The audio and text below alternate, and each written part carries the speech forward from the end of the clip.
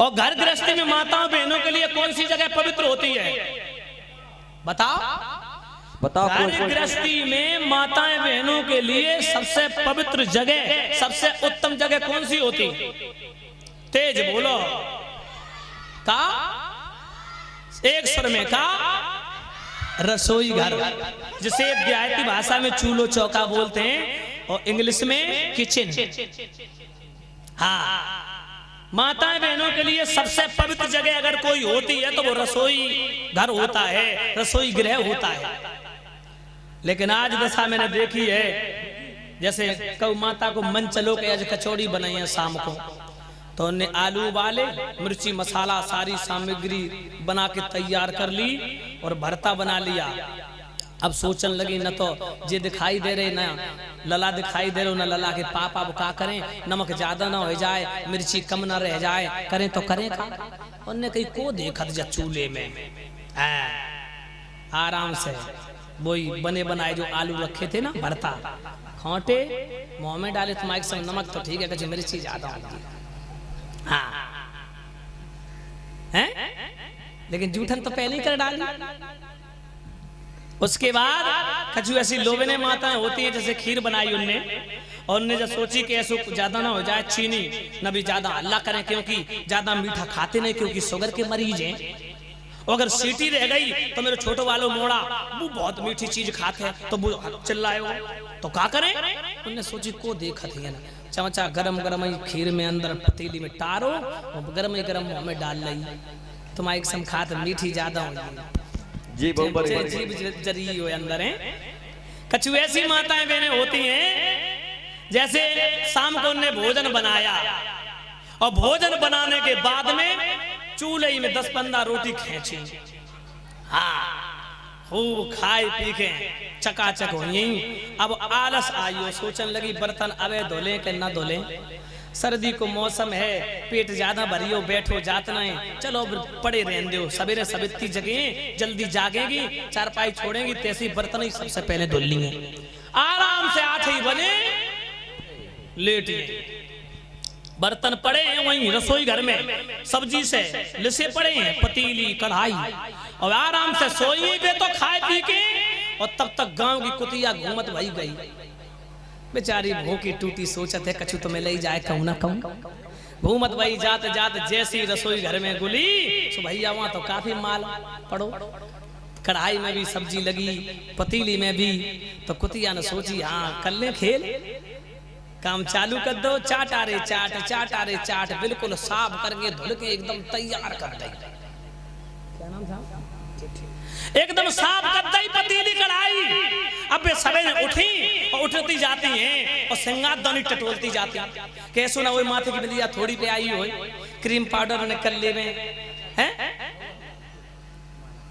स्नान ध्यान नहीं, ऐसे ही मोह नहीं धो, कपड़ा ते पहुंच के और बस क्रीम पाउडर करके, और जैसे ही रसोई घर में बढ़ी कहने लगी हाय कल हमने बर्तन धुले थे शाम को, कहना हमें तो ऐसी याद है कि हमने ऐसे जैसे पड़े छोड़ गए थे, लेकिन जे साफ करके को रखी है वो हमें ऐसा मालूम पर रो बिटिया स्कूल गई है, तो सोची कि मम्मी परेशान हुई है तो बाय धुल के रखी है।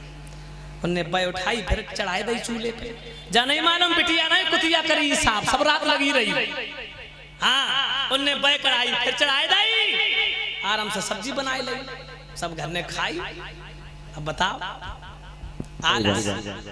कछु ऐसी माता है कि आटा गूंथती जाए रही, दोनों हाथ अंते आटा गूंथ रही, और आटा गूंथते गूंथते तब तक उनको बालक आए रहा उधर से, छोटो सो बच्चा 1.5-2 साल को, सो जा मालूम पत्ते मन पूरे मोमबत्ती को पूरी फैक्ट्री खुली है मुंह पे, और निकल या तो फिर खींच ले, फिर निकल या तो फिर खींच ले। उन्हें कही ये तारी कहते हैं तो जुखाम है गो, सर्दी है गई, और ने खींच के उन्हें फेंकी और साड़ी से हाथ पहुंचे और फिर आटा गूंथ वो चालू हैं, रोटी कत्ती जाती हैं और सर खुजलाती जाती हैं, पकड़ में आइयो रखी रहो हैं। तो माता बहनों आप लोगों के लिए सबसे पवित्र जगह रसोई होती है, ऐसा नहीं होना चाहिए रसोई घर में, क्योंकि जिसके रसोई घर में जूठा रहता है, रसोई गृह अपवित्र रहता है, रसोई गृह में गंदगी रहती है, उसके घर का कभी विकास नहीं होता है। न कभी देवता उस घर में बसते हैं, न भगवान विराजमान होते हैं। उस घर में भूत और प्रेत चुड़ैलें आके बसती हैं। हाँ, भूत प्रेत बसते हैं, वहां देवताओं का वास नहीं होता है। उस घर में भगवान भी रुष्ट हो जाते हैं। पितृ भी उस घर का भोग स्वीकार नहीं करते हैं। पितृ याद रखना माता। वैसे 4 प्रकार के भोजन हैं जो सबसे गंदे भोजन है। 4 प्रकार के भोजनों को कभी ग्रहण नहीं करना चाहिए। कौन कौन?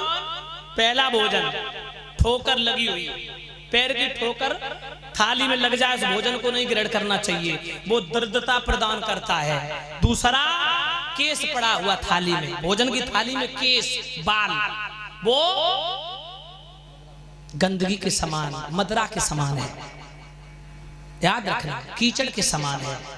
तीसरा, लांगा हुआ थाली परसी है। कछु बहनें ऐसी होती हैं माताएं कि फलानी चीज खानी है किचन में थे, उन्हें आराम से छलांग लगाई और थाली परसी है, लांग गई, वो भेष्टा के समान है।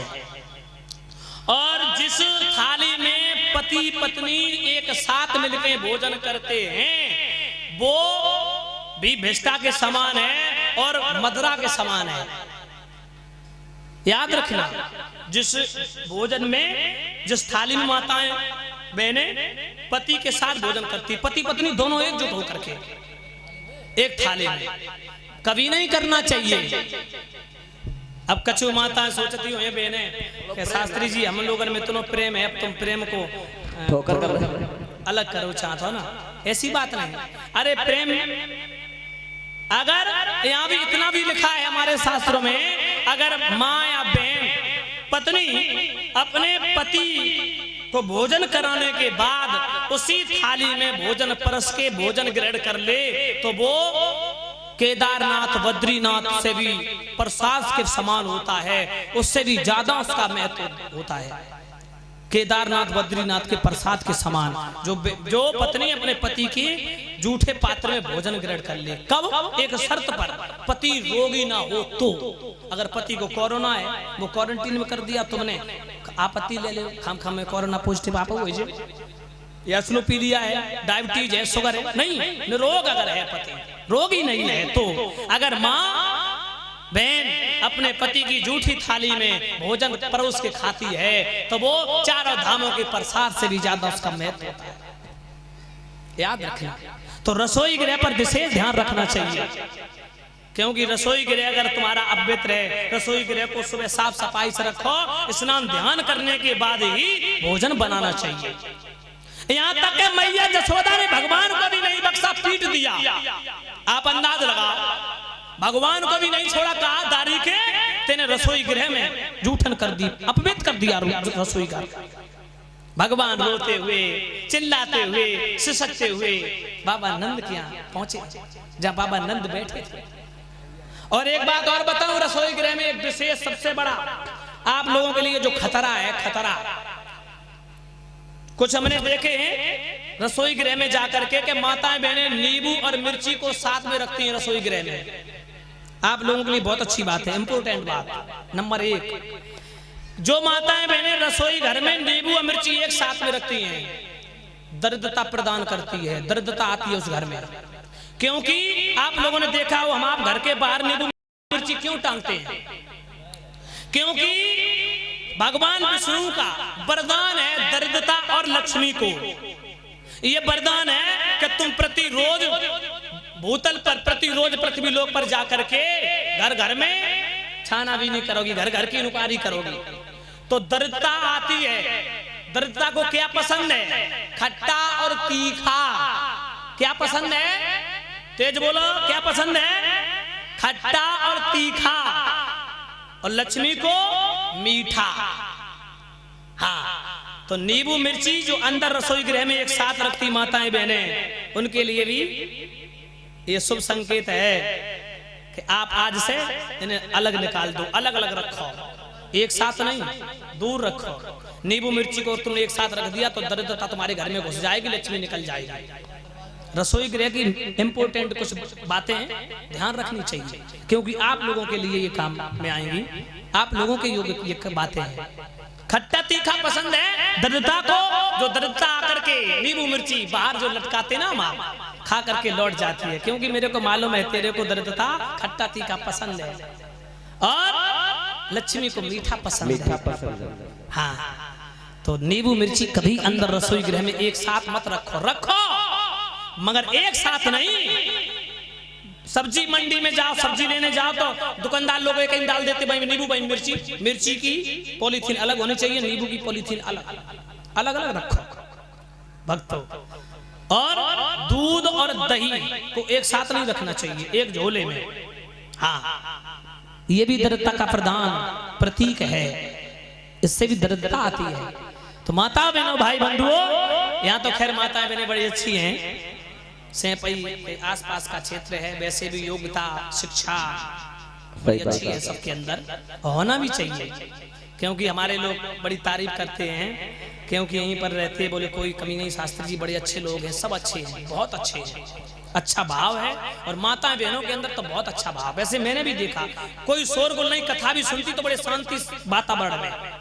हाँ, शोरगुल नहीं। सबसे बड़ी बात तो ये है, सबसे खुशी की बात यह है कि माताओं के अंदर ऐसे ही संस्कारों का परिचय होता है ना।